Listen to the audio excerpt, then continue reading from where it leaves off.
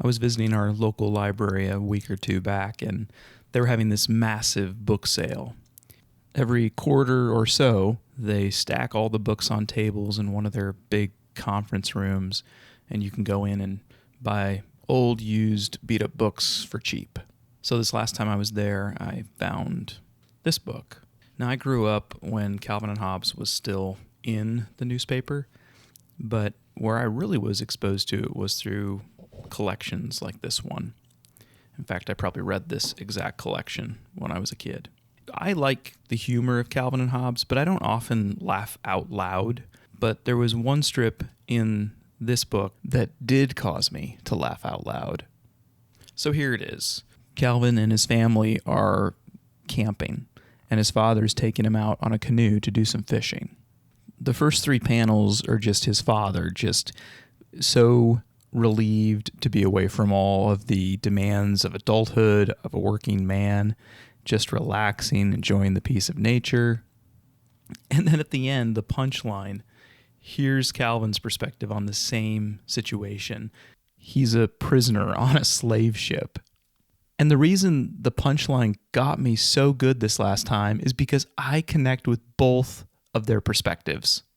Now, I know I read this as a kid. I don't remember it, and I probably even found it humorous, but I was only laughing at half of the joke.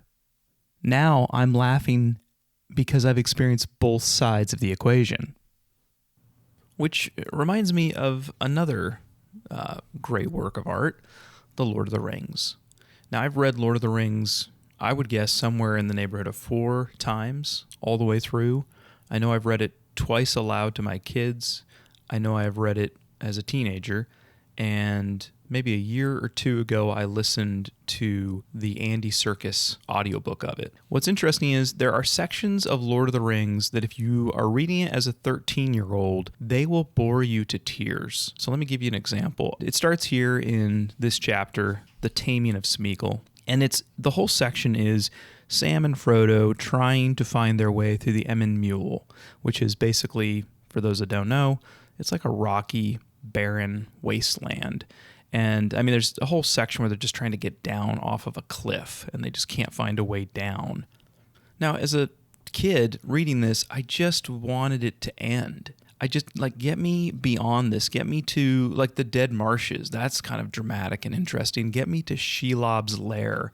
Get me beyond this dull, bone-grinding boredom. But when I read it recently, or rather listened to Andy Serkis read it, I suddenly realized as an adult, this isn't just a boring section that Tolkien forgot to cut out. It's actually intentionally in this story. Now that I'm reading this as an adult, I can attest to the reality that this reflects.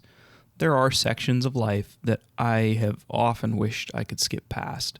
Some very dark valleys that seem meaningless, and they just go on and on. So here are 2 examples. Calvin and Hobbes, Lord of the Rings, 2 pieces of art that have a depth that transcends any one single stage of life.